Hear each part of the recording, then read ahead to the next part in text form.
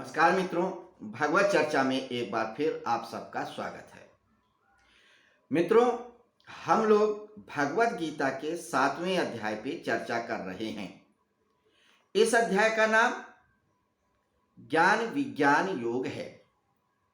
इस अध्याय में कुल 30 श्लोक हैं। इस अध्याय में भगवान श्री कृष्ण अर्जुन से ये कहते हैं कि हे अर्जुन, मैं तुझे वो ज्ञान दूंगा, उस विज्ञान के बारे में बताऊंगा जिसको जान करके कुछ जानने की जरूरत नहीं होगी। ये ऐसा क्यों कह रहे हैं कि कृष्ण से अर्जुन ने पूछा था और कहा था कि हे भगवान, मुझे वो बात बताइए, वह ज्ञान दीजिए जिससे हमारा कल्याण हो, जिससे मैं अपने सारे संशयों से उबर जाऊं। इसी बात को लेकर के उन्होंने बहुत सारी बातें बताई थी, दूसरे अध्याय से लेकर के छठे अध्याय तक। लेकिन उन सब को बताने के बाद भी कृष्ण को लगा कि नहीं, सब कुछ तो हमने बता दिया, लेकिन अगर खुद के बारे में नहीं बताया तो कुछ नहीं बताया। इसलिए वो अपने खुद के बारे में बता रहे हैं, क्योंकि वो स्वयं ही ईश्वर स्वरूप हैं। ईश्वर स्वरूप ही नहीं, ईश्वर ही हैं। इसलिए उन्होंने कहा कि मैं तुझे तत्व से बताऊंगा कि क्या ज्ञान है, क्या विज्ञान है। मैं इसी संदर्भ में उन्होंने 8वें से 12वें श्लोक तक अपने पूरे स्वरूप को बताया। और इस अध्याय में उन्होंने कहा कि हे अर्जुन, दो प्रकार की मेरी शक्तियां हैं, एक परा और एक अपरा। परा जिसे कोई नहीं जान सकता, न ज्ञान इंद्रियों से, न कर्म इंद्रियों से, न मनुष्य, न देवता, न पशु, न पक्षी, न यक्ष, न गंधर्व, कोई भी नहीं जान सकता। और दूसरी सत्ता है अपरा सत्ता, जो प्रकृति स्वरूपा है, त्रिगुणात्मिका है। ये 8 प्रकार की है। पंच महाभूत, मन, बुद्धि और अहंकार, ये अष्टधा अपरा शक्ति बताई थी। का इन्हीं 8 तत्वों से, इन्हीं 8 पदार्थों से यह पूरा संसार रचा बसा है, जो देखने में आता है, अनुभव में आता है, यानी अपरा सत्ता, यानी कि प्रकृति। तो मैं जो हूं वो इस प्रकृति के पार हूं। प्रकृति में भी हूं, लेकिन प्रकृति के पार हूं। तो जब तक तुम प्रकृति के पार नहीं जाओगे, मुझको तत्व से नहीं समझ पाओगे। और मुझको तत्व से जानने के लिए 4 प्रकार के भक्त होते हैं, 4 प्रकार के लोग होते हैं कुल, जो मुझको तत्व से जानने की कोशिश करते हैं या मुझको पाने की इच्छा रखते हैं, जिसे उन्होंने पिछले श्लोक में बताया। कहा कि पहले तो वे व्यक्ति होते हैं जिन्हें हम अर्थार्थी कह सकते हैं, जिनके लिए भोग और संग्रह की वस्तुएं ही सबसे ज्यादा महत्वपूर्ण हैं, ईश्वर से ज्यादा महत्वपूर्ण है। वो उसी के लालच में भगवान की आराधना करते हैं, पूजा करते हैं, वंदन करते हैं, मंदिर जाते हैं, मस्जिद जाते हैं, सब कार्य करते हैं। उन्हें अर्थ चाहिए, जीवन के भोग पदार्थ चाहिए, वे अर्थार्थी हैं। दूसरे प्रकार के आर्त, जो बहुत कष्ट में होते हैं, जिन्हें कोई ऐसा रोग हो जाता है, कोई ऐसी समस्या आ जाती है जिससे उनको लगता है उनका जीवन अब समाप्त हो गया है, या उनके जीवन में कोई रस या आनंद नहीं रह गया है, तो उस दुख से निवृत्त के लिए ईश्वर का ध्यान करते हैं, उनको आर्त बोलते हैं। तीसरा, वे जो कि परम तत्व को, जो क्या सत्य है, क्या तत्व है, ईश्वर है भी या नहीं, उसको जानने की इच्छा रखते हैं, उन्हें जिज्ञासु की कैटेगरी में रखा। और चौथा, वे जिन्हें ज्ञानी कहा जाता है, प्रेमी कहा जाता है, जिन्हें ना अर्थ से मतलब है, ना ज्ञान से मतलब है, ना अपने दुख से मतलब है, वे ज्ञानी पुरुष हैं। अब आगे के श्लोक में इन चारों में से कौन सबसे ज्यादा ईश्वर को यानी कृष्ण को प्रिय है, उसके बारे में कहते हैं। तो आइए पहले श्लोक देखते हैं। श्लोक क्या कहता है? श्लोक कहता है, तेषां ज्ञानी युक्त नित्य युक्त एक भक्ति विशिष्यते, प्रियो ही ज्ञानिनो अत्यर्थम आम सा च मम प्रिया। तेषां ज्ञानी नित्य युक्ता, उन सब में, तेषां, ते माने वे और ऐसाम माने उन भक्तों में। कौन प्रकार के भक्तों में? जो अर्थार्थी हैं, आर्थ हैं, जिज्ञासु हैं या ज्ञानी हैं, यानी कि प्रेमी।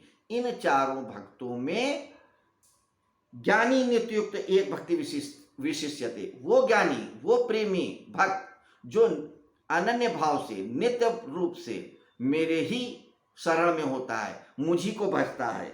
ज्ञानी नित्य युक्ता यानी कि हमेशा मुझसे ही जुड़ा रहता है, चाहे खा रहा हो, चाहे पी रहा हो, चाहे उठ ओढ़ रहा हो, चाहे बैठ रहा हो, कैसे भी वो सिर्फ और सिर्फ मुझको भजता है, मेरे सिवाय किसी चीज अन्य को नहीं भजता।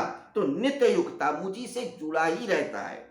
एक भक्ति विशिष्यते, उसके लिए सिर्फ एक ही कि भक्ति जरूरी है, परिहार्य है, सबसे पहले है, वो है मैं। तो भक्त जो सिर्फ और सिर्फ मुझको भजता है वह ज्ञानी। प्रियो ही ज्ञानिनो अत्यर्थम हम साचा मम प्रिया।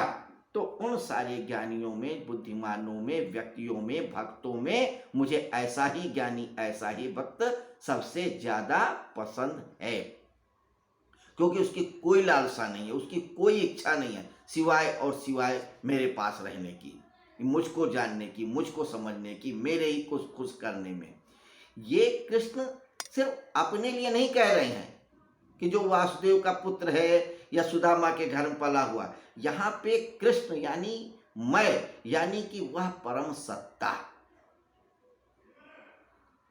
कई बार लोगों को लग सकता है कि कृष्ण बहुत अहंकारी हैं, वो अपने आप को ही सब कुछ बता रहे हैं, लेकिन नहीं। कृष्ण जैसी चेतना जब कोई बात करती है तो वहां मैं का अर्थ होता है सर्वम। कई जगह भगवत गीता में सर्वम शब्द का भी इस्तेमाल किया है। वो मैं का मतलब मेरा इंडिविजुअल या अहंकार की बात नहीं होती है, वह सिर्फ उस परम सत्ता के संपूर्णता का द्योतक है।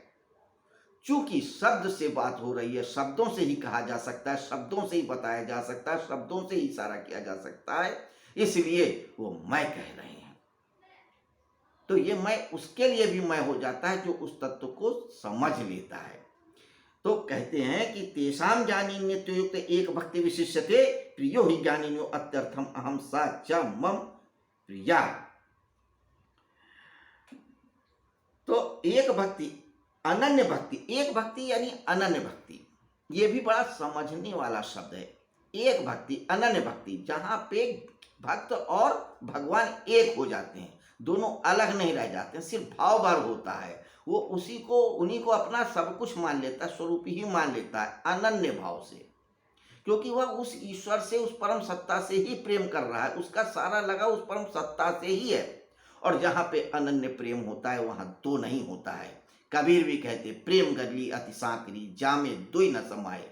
तो वहाँ द्वैत तो होता ही नहीं है, वहाँ सिर्फ अद्वैत होता है, सिर्फ भाव भर होता है दो का, लेकिन होता एक ही है। उसी अद्वैत की बात कर रहे हैं, उसी अद्वैत की चर्चा कर रहे हैं भगवान श्री कृष्ण, कि वो अनन्य भक्त जिसको वो मालूम हो जाता है या अनुभव हो जाता है कि दूसरा कुछ भी नहीं है। अगर जो भजन कर रहा है वो भी वही है, और जिसको भज रहा है वो भी वही है। तो ये जो अनन्य भक्ति भाव होता है वही सबसे अहम होता है। और जो उस अनन्य भाव वाला, एक निष्ठ भक्ति वाला ज्ञानी होता है वही मुझको सबसे प्रिय है, वो मेरा स्वरूप ही है। तो यहाँ पे इस श्लोक में भगवान श्री कृष्ण ने अद्वैत सिद्धांत की स्थापना किया है साकार स्वरूप में। एक्चुअली ईश्वर की या परम सत्ता का अनुभव दो प्रकार से किया जा सकता है, साकार रूप से या निराकार रूप से। और भी कैटेगरीज है, साकार निराकार, साकार निर्गुण, ऐसे ही निराकार निर्गुण भी।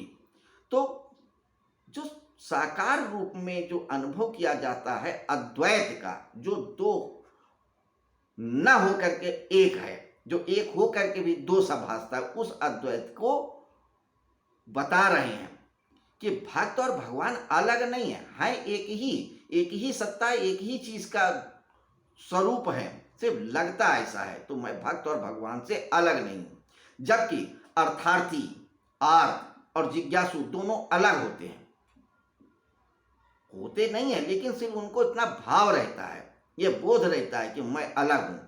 जिज्ञासु ये समझता है कि मैं अलग हूं और जिसको जाना है वो अलग है, यानी कि मेरी सत्ता अलग है और उस परम सत्ता की सत्ता अलग है। तो मैं जानूंगा उस परम सत्ता को, यानी कि जिज्ञासु के लिए मैं अलग है और तू अलग है, यानी सत्य अलग है और परम सत्य अलग है। तो मैं उसकी सत्ता अलग और परम की सत्ता अलग। इसी तरह अर्थार्थी के लिए भी दो हो जाते हैं, क्योंकि वो मांगेगा किससे? जब तक दो नहीं होगा तो मांग नहीं पैदा होगी। कोई व्यक्ति खुद से खुद को तो नहीं मांगेगा, तो इसलिए वहां पे दो की सत्ता होती है, वहां पे अद्वैत होता ही नहीं है, हो ही नहीं सकता है, क्योंकि जब तक दो नहीं होगा तो मांग कहां से उठेगी? मांगने के लिए दो का होना जरूरी है, द्वैत है। इसी तरह आर्थ है, आर्थ भी किसी से जीवन मांग रहा है ना, किसी से शरण मांग रहा है ना, किसी से कुछ कृपा मांग रहा है, तो कृपा किससे मांगेगा? जब दो होगा तभी तो ना मांगेगा। इस लिहाज से भी द्वैत है यहाँ पे। तीसरा कैटेगरी यानी जिज्ञासु की, जानने वाला अलग है और जिसे जाना जाए वो अलग है। ये दो मोटी मोटा होता है। वो एक और बात है कि जब आदमी जान लेता है तो वो जान ही जाता है कि जानने वाला और जिसे जाना गया है, वो जो जिसको जाना जा रहा है और जो जान रहा है, दोनों एक ही है। लेकिन वो बाद की बात है, पहले तो उसके पास द्वैत ही रहेगा। हो सकता है अनुभव के बाद भी वो द्वैत कॉमन बना रहे, लेकिन भक्त के साथ नहीं होता है। भक्त जब भक्ति में लीन होता है, आता है, तो फिर वो अपने आप को भगवान का स्वरूप ही समझ लेता है। भगवान के बिना रह ही नहीं पाता है। अनन्य भक्ति होती है। सोते जागते उठते बैठते खाते पीते सब समय भगवान भगवान भगवान ही रहते हैं। तो वहां पे अद्वैत घटित हो जाता है कि दो लगता है कि ये भक्त है और ये भगवान है, लेकिन होता नहीं है। बहुत महत्वपूर्ण सूत्र है 7वें अध्याय के 30वां। तो इस सूत्र को समझना पड़ेगा। ये आपको निर्णय करना पड़ेगा कि भक्त की तरह भजना है, अर्थार्थी की तरह मांग करना है, या आर्त की तरीके से प्रार्थना करनी है, या जिज्ञासु की तरीके से खोज में निकल पड़ना है कि वह परम सत्य क्या है। जैसे बुद्ध निकले, जैसे महावीर निकले, यह आपका चुनाव है। लेकिन सहज और सरल तरीका भक्त हो जाना है, क्योंकि भक्त जब हो जाएगा तो वो सब कुछ जान जाएगा। जान क्या जाएगा? ईश्वर खुद ब खुद समझा देंगे, क्योंकि खुद कहते हैं कि जो मेरा भक्त होता है, अनन्य भक्त होता है, उसको मैं अपना पूरा स्वरूप स्वयं बता देता हूं। तत्व से अपने आप को उसे स्वयं ज्ञान दिला देता हूं कि मैं क्या हूं और तुम क्या हो। तो ज्ञान विज्ञान योग नामक ये 7वां अध्याय बहुत महत्वपूर्ण अध्याय है। और मित्रों, अगर हम ध्यान से देखें, गौर से देखें, तो भगवत गीता में अध्यात्म क्रमशः गहरा गहरा और गहरा होता जा रहा है। प्रथम अध्याय जो है अर्जुन विषाद योग, उसमें व्यक्ति की प्रारंभिक अवस्था है। उसमें यह बताने की कोशिश कर रहे हैं भगवान वेदव्यास कि जब तक आपके अंदर संसार के प्रति एक वेदना नहीं होगा, एक विषाद नहीं होगा, एक विचलन नहीं होगा, एक द्वंद्व नहीं होगा, तब तक आप ईश्वर की तरफ जाएंगे ही नहीं। तो पहला अध्याय बहुत महत्वपूर्ण है।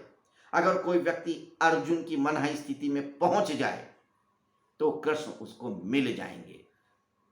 अगर कोई व्यक्ति इतना दुखी हो जाए, इतना दुखी हो जाए जैसे कृष्ण थे, कि सब कुछ रख दे कि ये रहे तुम्हारे तीर, ये रहे तुम्हारे धनुष, अब तेरी शरण में है, तो अर्जुन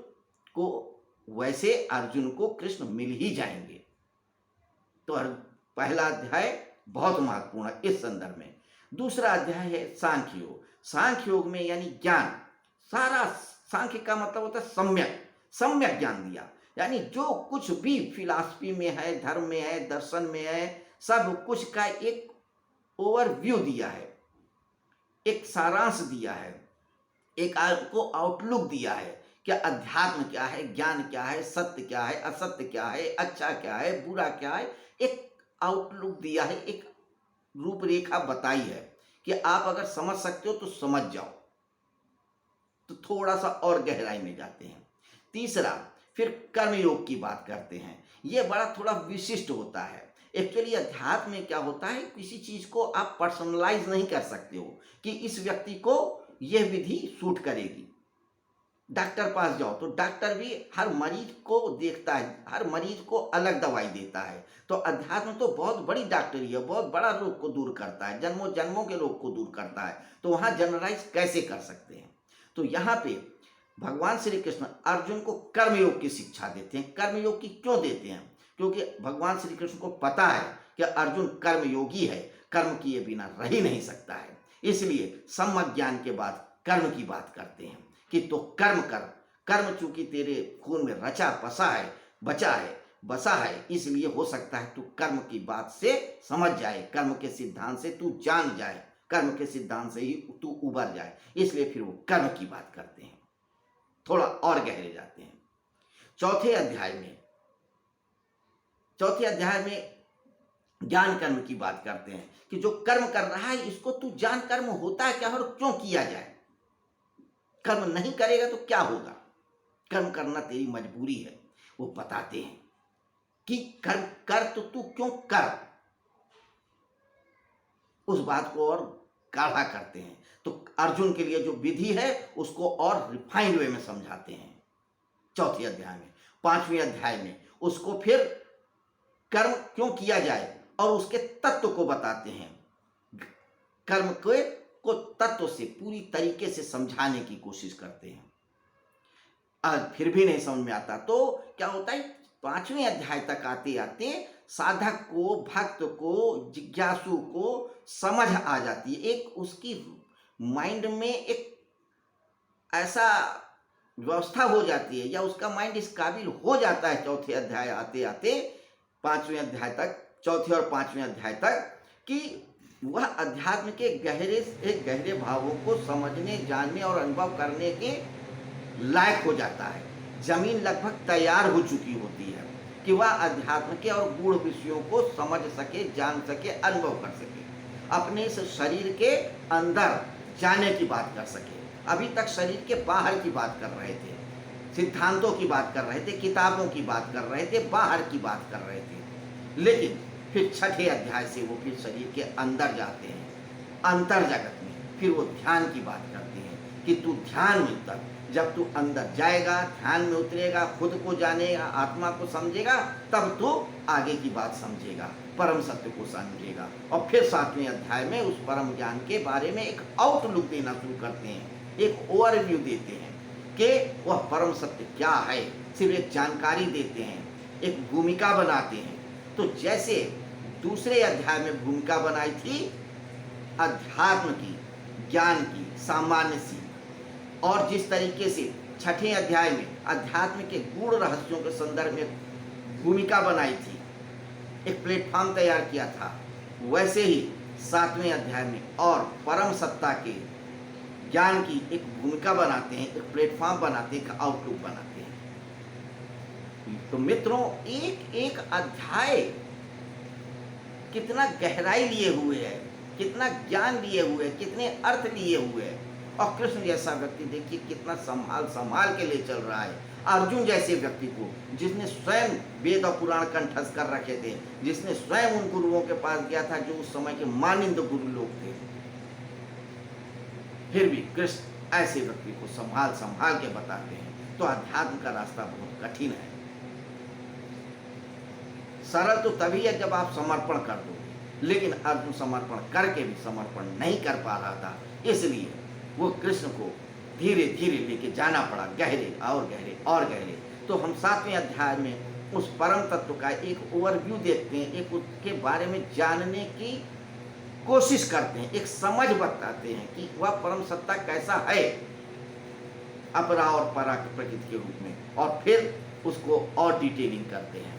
तो खैर मित्रों, अब अगले श्लोक में भगवान श्री कृष्ण उस ज्ञान विज्ञान के संदर्भ में क्या बताते हैं, ये हम लोग कल के श्लोक में देखेंगे। आज के लिए बस इतना ही। वैसे आज एक बहुत विशिष्ट दिन है, गुरु पूर्णिमा है। तो गुरु पूर्णिमा के दिन हम लोग अपने अपने सभी गुरुओं का ध्यान करें और गुरु को श्रद्धा अर्पित करें। वैसे तो परम सत्ता यानी कृष्ण, यानी वो चेतना जो बुद्ध है, जिनने उस परम अनुभव को जाना है, जो परम सत्ता ही है, वैसा ही व्यक्ति गुरु हो सकता है। तो अगर देखा जाए तो गुरु तो संसार में एक ही है, वासुदेव कृष्ण, ऐसी ही चेतना है। लेकिन वो तो उनके जो प्रतिनिधि हैं, वैसे गुरु बहुत हैं। तो हमको जो संसार में मिलते हैं, उस परम सत्ता जो परम गुरु है, उनके शिष्य या उनके प्रतिनिधि गुरु मिलते हैं। वे प्रतिनिधि भी हमारे लिए सर्वस्व हो सकते हैं, क्योंकि वो परम को अनुभव कराते हैं, तो वो भी गुरु हैं। तो गुरु के संदर्भ में हम कुछ विशिष्ट बातें करेंगे, उसको जान ही लें। फिलहाल गुरु का वास्तव शाब्दिक अर्थ होता है जो अंधकार से प्रकाश को ले जाए। गु माने प्रकाश और रू माने अंधकार, जो प्रकाश की तरफ लेके जाए अंधकार से, वही गुरु है, चाहे वो कोई भी हो। दूसरी बात, गुरु के संदर्भ में नॉर्मली हमारे दिमाग में आता है कोई जैसे एक बहुत भव्य पर्सनालिटी वाला व्यक्ति, जिसका आचरण बहुत बढ़िया है, बहुत गंभीरता से बोलता है, गंभीरता से चलता है, बड़ी बड़ी किताबें पढ़ रखा होगा। ऐसा कोई जरूरी नहीं है। गुरु तो कैसा भी हो सकता है, नाटा भी, मोटा भी, काला भी, गोरा भी, हिंदू भी, मुसलमान भी, कैसा भी हो सकता है। यहाँ भी हो सकता है, वहाँ भी हो सकता है, अच्छा भी हो सकता है, बुरा भी हो सकता है, कैसा भी हो सकता है, कोई जरूरी नहीं है। तो गुरु किस रूप में मिलेगा, इसकी भी कोई गारंटी नहीं दिया जा सकता। लेकिन गुरु वही होता है जो अंधकार से प्रकाश में ले जाए। वह किसी रूप में मिल सकता है, कहीं भी मिल सकता है। दूसरी बात, गुरु को ढूंढा नहीं जाता, गुरु स्वयं शिष्य को ढूंढता है। सिर्फ हमको तो पात्रता पैदा करनी होती है। जिस दिन आपके अंदर पात्रता पैदा हो जाएगी, उस दिन गुरु मिल जाएगा। जिस दिन आप शरण में आ जाएंगे या सरेंडर कर देंगे उस परम सत्ता के सामने, तो स्वयं गुरु आ जाएंगे। हो सकता है कृष्ण जैसी सत्ता भी गुरु के रूप में आ जाए, जैसे अर्जुन के साथ आ गई है। तो गुरु को ढूंढना नहीं पड़ता है, गुरु स्वयं ढूंढता है। सिर्फ पात्रता इकट्ठी करनी पड़ती है। हमारे सनातन धर्म में पहले यही व्यवस्था थी कि पात्रता पैदा करते थे लोग, और जब पात्रता पैदा हो जाती थी तो उनको गुरु मिल जाता था। दूसरी बात कि पहले के जमाने में सनातन धर्म में गुरु परंपरा से आते थे। लोग जानते थे एक खानदान के जो गुरु होते थे वही गुरु होते थे, या उन गुरुओं के खानदान के व्यक्ति ही गुरु होते थे। आज भी हमारे यहाँ भारत में परंपरा है कि प्रत्येक परिवार का कोई ना कोई गुरु होता है, कि हमारे कुल गुरु हैं, उन्हीं की भक्ति किया जाता है, उन्हीं के पूजा किया जाता है। लेकिन अब ये परंपराएं नष्ट होती जा रही हैं, क्योंकि हम बहुत बौद्धिक होते जा रहे हैं। तो गुरु बार बार बदलना भी नहीं चाहिए, वैसे गुरु स्वयं चुनता है। अब लोगों को गुरु से श्रद्धा क्यों उठ रही है? क्योंकि हम लोग गुरु जो असली है उस तक पहुंच ही नहीं पा रहे हैं, क्योंकि हम स्वयं बदल गए हैं। हम लोग रोज गुरु ढूंढ लेते हैं, बाजार में जाते हैं और पैसा दे करके ढूंढ लेते हैं। बड़े बड़े दुकानें खुल गई हैं, बड़े बड़े गुरु बन गए हैं, बहुत सारे गुरु घंटाल बन गए। वहाँ जाते हैं और वहाँ किसी से माला ले लेते हैं, किसी से मंत्र ले लेते हैं, इस नाम पे कि कुंडली जागृति हो जाएगी, हमको ये सिद्धि मिल जाएगी, हमको ये ज्ञान मिल जाएगा, हमको ईश्वर मिल जाएगा। वो गुरु नहीं है, वो गुरु घंटाल है। हो सकता है कोई सच्चा भी हो। तो गुरु स्वयं आपको ढूंढता है, आपको सिर्फ पात्रता इकट्ठा करनी पड़ती है। दूसरी चीज कि कोई कभी भी गुरु किसी भी रूप में मिल सकता है, कोई जरूरी नहीं कि भौतिक रूप में मिले, संसार में आपको मिले। हो सकता है वो आपको स्वप्न में आके दीक्षा दे जाए, हो सकता है स्वप्न में आकर के कोई इशारा कर जाए, हो सकता है कि किसी और रूप में मिल जाए, किसी घटना के रूप में, किसी आपको किसी अंदरूनी एक आवाज इंट्यूशन के रूप में, हो सकता है किसी और तरीके से, हो सकता है कोई व्यक्ति एक ही बार आकर के बता के चला जाए। तो किस रूप में गुरु मिलेगा इसको आप नहीं कह सकते हैं, प्रिडिक्ट नहीं कर सकते हैं। इसके अलावा गुरु आपको पूर्व जन्म के संस्कार से भी मिल सकता है। कहाँ मिलेगा, कैसे मिलेगा, कोई जरूरी नहीं होता है। वो पुरुष रूप में हो सकता है, स्त्री रूप में हो सकता है, बालक के रूप में भी हो सकता है, आपके बेटे के रूप में भी हो सकता है। तो गुरु के लिए कोई भविष्यवाणी नहीं की जा सकती कि यही गुरु होगा। लेकिन इतनी बात जरूर कही जा सकती है कि उसका आचरण कैसा हो, उसके पास ज्ञान कितना भी हो, कम हो या ज्यादा हो, एक अलग बात। लेकिन गुरु जो होगा वो आपके अंदर के सारे अज्ञान को निकाल करके उस ज्ञान के प्रकाश में ले ही जाता है। चाहे आपको ठोक करके और चाहे आपको समझा करके, चाहे आपको प्रेम से और चाहे डांट करके, कैसे भी। जैसे गुरु होता है, एक शिक्षक होता है, चाहे डांटे, चाहे समझाए, चाहे पुचकारे, लेकिन आपको आपका पाठ याद ही करा देता है। तो आप गुरु को मत ढूंढिए, सिर्फ पात्रता पैदा करने की कोशिश में लग जाइए। देखिए आपको आपका गुरु मिल जाएगा। बस उस परम सत्ता पे आप भरोसा करिए जो गुरुओं का गुरु है, भगवान श्री कृष्ण, भगवान वासुदेव। तो मित्रों, आज की चर्चा कुछ लंबी हो गई, क्योंकि गुरु पूर्णिमा का महान दिवस था, महान दिन है, इसलिए ये बातें कहने से मैं संवरण अपने आप को नहीं कर पाया, रोक नहीं पाया। खैर, उम्मीद है आपको आज की चर्चा पसंद आएगी या आई होगी। अगर पसंद आई है तो आप भगवत चर्चा में बने रहें, इसी तरह। कल फिर हम मिलेंगे एक नए श्लोक के साथ, चर्चा करेंगे 7वें अध्याय के अगले श्लोक पर। तो नमस्कार मित्रों, शुभ रात्रि।